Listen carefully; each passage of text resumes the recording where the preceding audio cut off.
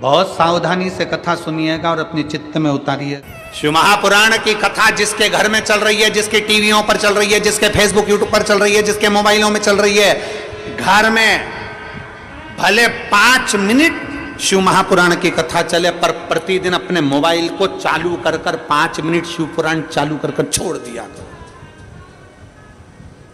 घर में टीवियों पर अगर कथा आए तो भले सुनो चाहे नहीं सुनो, 5-10 मिनट उस टीवी को चालू कर छोड़ा करो, जिससे वो शिव महापुराण के शब्द हमारे घर के वातावरण को शुद्ध करें। मंदोदरी धर्म पत्र गया मंदोदरी के हाथ, मंदोदरी दौड़ के रावण के पास पहुंची।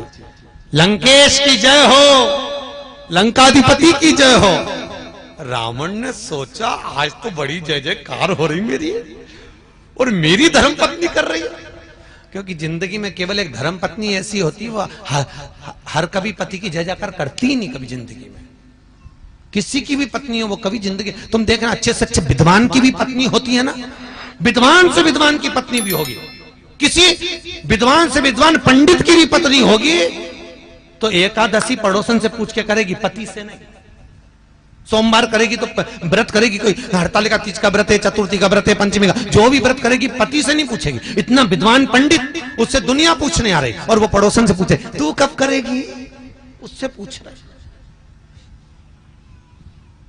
और बेचारा पति को बुरा नहीं लगे, बता हम तो विद्वान, हमसे दुनिया पूछ रही और ये पड़ोसन से पूछ रही। इसमें पत्नी की गलती नहीं, इसमें पति की सबसे बड़ी गलती है। पति ने हाथ करके अपनी इज्जत खराब करी। एक महाराज जी थे प्रवचन में बोल रहे थे कि चतुर्मास में 4 महीना बैंगन नहीं खाना चाहिए। पत्नी भी बैठी थी, सुन लिया उसने, घर गई, सारा बैंगन उठा के नल्ले में पटक दिया नाली के अंदर। पति आया शाम को, ला भोजन ला, उन्हें भोजन दी, मूंग की दाल ने रोटी। क्यों रही बैंगन कहां गया, कल तो लाया था मैं 80 रुपए का बैंगन की सब्जी बनाने के लिए। पत्नी बोली तुम ही तो बोले थे प्रवचन में, कथा में, कि 4 महीना चतुर्मास में बैंगन नहीं खाना चाहिए। मैं उठा के सब फेंके घोड़ा पे। पति सिर पे हाथ रख के बोला, अरे ओ भाग्यवान, चौकी की कथा चूल्हे में क्यों लाई। अब खुद ही काम बिगाड़ते, खुद ही बता क्यों। मंदोदरी ने कहा स्वामी आपने कभी ब्राह्मण कर्म नहीं करा। रावण कहता ब्राह्मण कर्म क्या होता है, मैं जनेऊ पहनता हूं, त्रिपुंड लगाता हूं, शिव का पूजन करता हूं, ये ब्राह्मण कर्म ही तो है। मंदोदरी कहती है इसको ब्राह्मण कर्म नहीं कहते, ब्राह्मण कर्म वो होता है जो जजमान के यहाँ जाए, भोजन करके दक्षिणा लेकर आए। रावण कहता मेरे जैसे दशानंद को कौन भोजन कराएगा। मंदोदरी के फालतू की बात छोड़ो, ऐसे बहुत सारे पड़े जो तुम्हें भोजन कराने को तैयार, तुम जाओगे। रावण कहने लगा अगर कोई अच्छा विद्वान मेरे को जिमाना चाहता चले जाऊंगे। जाओगे पक्का बोलो, जाऊंगा, जाओ। राजा दशरथ ने बुलाया।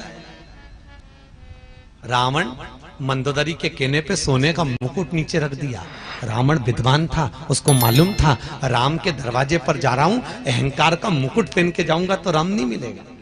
मुकुट नीचे चला, दरवाजे पर पहुंचा। दशरथ जी को मालूम पड़ा ब्राह्मण आया है भोजन करने। दशरथ जी आए, रावण के चरण पखारे। राम जी ऊपर से खड़े खड़े देख रहे थे। राम जी ने देख लिया आज मेरे पिताजी रावण के चरण पखार रहे हैं, तो ये रावण मेरे घर में भोजन करने आया है। आज मेरे पिता ने चरण पखारे हैं तो एक ना एक दिन मैं भी पखारूंगा। ये देखो पिता के संस्कार। आज इसने कहते ना, गायत्री परिवार वाले नहीं कहते हम सुधरेंगे, बोलो जम के, युग हम बदलेंगे, युग बदलेगा। कब बदलोगे भाई, तारीख भी तो निश्चित करें।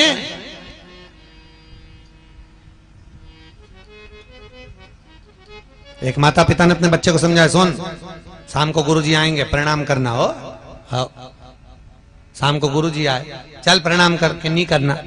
पिताजी ने 2 धर के दिया, गुरुजी प्रणाम कर, नहीं करना। बच्चा रोने लगा। इतने में मां आ गई, मां ने कहा बेटा प्रणाम कर ले, गुरुजी हैं, नहीं करना। मां ने भी धो दिया उसको मोगरी उठा के। इतने में गुरुजी बोले काहे को मार रहे हो कि प्रणाम नहीं कर रहा। तो गुरुजी बोले नहीं कर रहा तो मत करने दो, कम से कम तुम दोनों तो करो।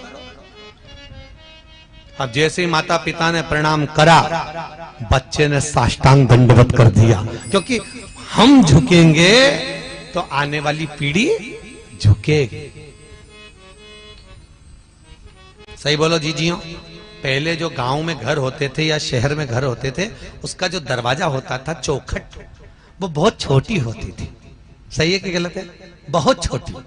आपके गांव में तो आज भी होगी कई कई जगह, बहुत छोटी चौखट। और आजकल चौखट हो गई बड़ी। पहले छोटी चौखट इसलिए होती थी कि कितने भी बड़े परिवार की लड़की हमारे यहां शादी करके आ जाए, कितनी भी बड़े परिवार की बहू हमारे घर में आ जाए, झुक के चलना सीख जाए। नहीं झुकेगी तो 2-4 बार माथा भड़केगी चौखट पे, झुकेगी। आजकल चौखट हो गई ऊंची, तो बहुएं भी बोल तो रही डुकरिया बोल, वो काय को झुके, वो काय को झुकेगी। इसलिए निवेदन है, बहुओं को झुकाना है तो चौखट थोड़ी छोटी कर दो। अगर छोटी नहीं हो तो घर से एक पटिया खरीद ला, ठोक दो। वापिस थोड़ा झुकना सीखिए।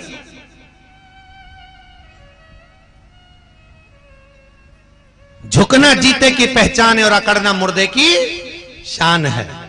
जो झुक रहा है वो जिंदा है, जो अकड़ रहा है कोई धन में, कोई सत्ता में, कोई लो काम में, कोई वासना में, वो सब मर चुके हैं, मुर्दे हैं। जो अकड़ रहा, 4 ट्रैक्टर, 3 मोटरसाइकिल न 2 गाड़ी, उसकी अकड़ देख के समझ में आ जाए मरा हुआ है, मर गया। ये जिंदा ही, जिंदा होता तो इतना क्यों अकड़ता? अरे बोलो तो नरम। जो धन पाकर भी नम्र रहे तो वो एक ही बात कहता है, सब उसी ने दिया है, हमारा है क्या? क्या लेकर आए थे? ऊपर से आए थे जब। अरे बोलो तो कुछ लाए थे? फ्रिज लाए थे, कूलर, वॉशिंग मशीन, जमीन। तुम्हें तो मालूम भी नहीं था कि कहां पैदा हो गए, ये भी नहीं मालूम था कि पूरा शरीर अच्छे से मिल जाएगा, हाथ पैर पांव आंख नाक, एक आध आंख निपटा के भेजता तो क्या कर लेते? अरे बोलो तो वापिस के झगड़ा करने जाते हैं कि लड़ाई करने जाते हैं? पूरा डिपार्टमेंट अच्छा दिया उसने।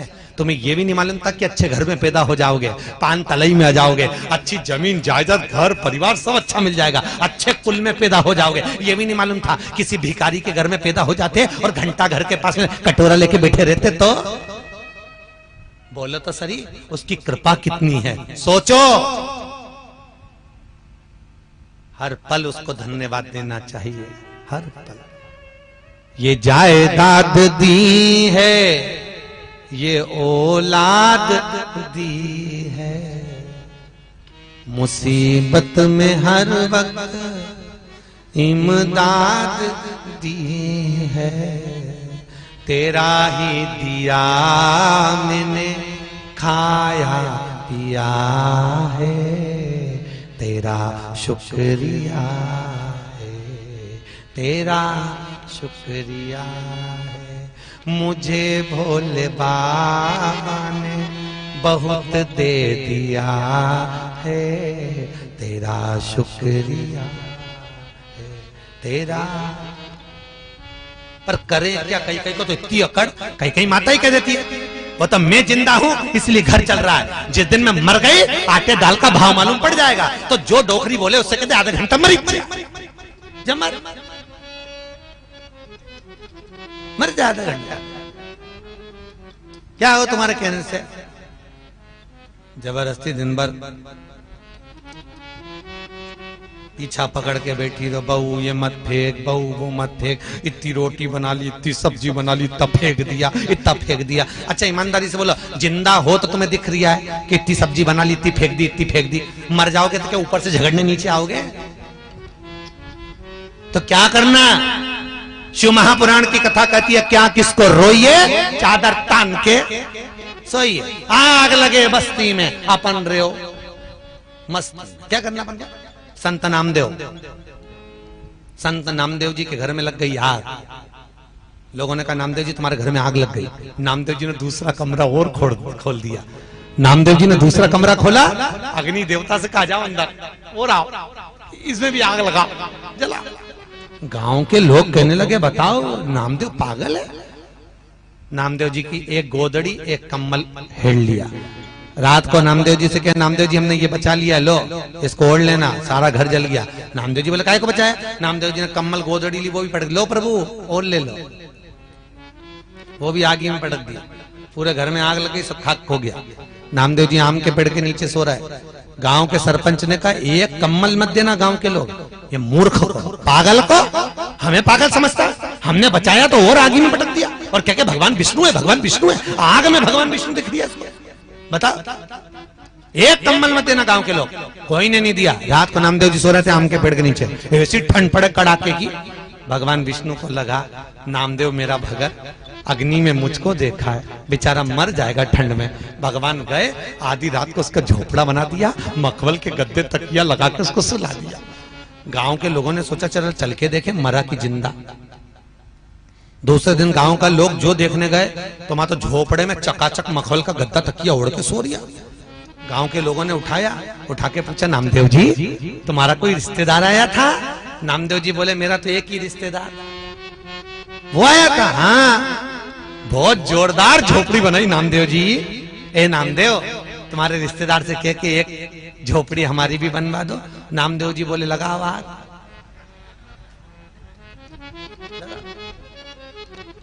तुम अपना अपना घर में आग लगा, वो झोपड़ा बना।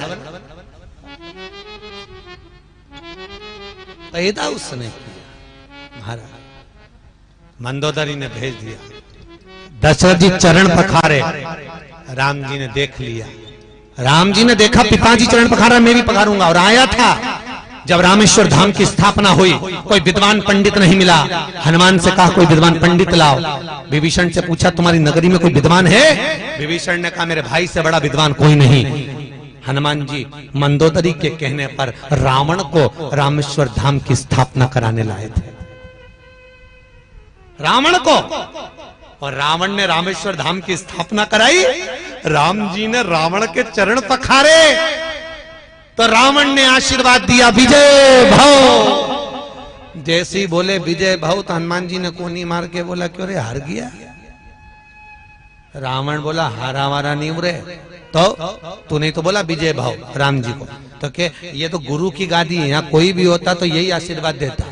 युद्ध के मैदान में तो लड़ूंगा, भले ही के हाथ से मरूंगा पर लड़ूंगा जरूर। अंदर प्रवेश भोजन करा रावण ने। दशरथ जी ने पूछा बोलो दक्षिणा क्या दी? रावण ने कहा दक्षिणा तुमसे काय करूं?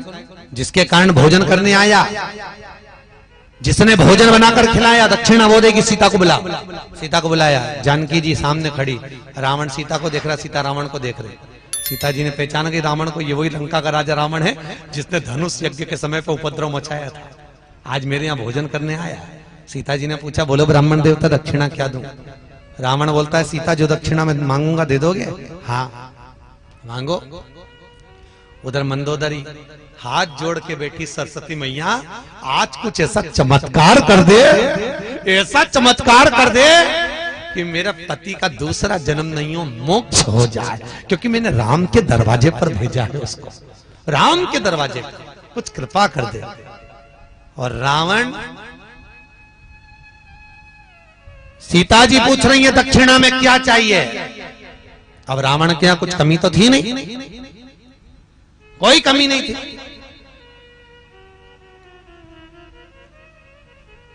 बस सरस्वती ने चाल चली, सीता जो मांगूंगा दे दोगी? सीता जी ने कहा मांगो क्या चाहिए? रावण मांग रहे थे मुक्ति, मुंह से निकल गई मुक्ति दक्षिणा में। सीता दक्षिणा में मुझे मेरी मुक्ति चाहिए। सीता जी कहती हैं दूंगी पर मैं नहीं दे सकती। सीता जी को मालूम था मुक्ति देने वाली मैं नहीं, मुक्ति देने वाला तो राम है। सीता राम के पास गई, दक्षिणा में रावण मुक्ति मांग रहा है। राम जी कहने दे दे। सीता जी कहती हैं अगर रावण को दक्षिणा में मुक्ति देना है तो पहले लंका में भक्ति को भेजना पड़ेगा। लंका में भक्ति जाएगी तब रावण को मुक्ति मिल पाएगी। राम जी कहते हैं लंका में भक्ति भेज दूंगा।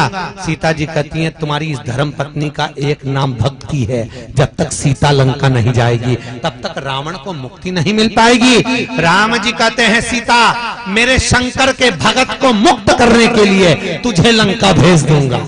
और सीता लंका में गई, ऐसी भक्ति हृदय में बैठी रावण के, ऐसी भक्ति बैठी कि रावण मुक्त हो गया। मुक्त मुक्त।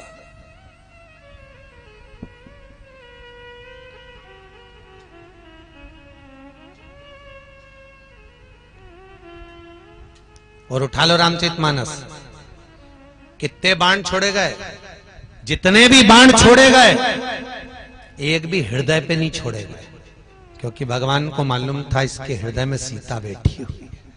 भक्ति, भक्ति के बल पर ही तो मुक्ति मिलेगी।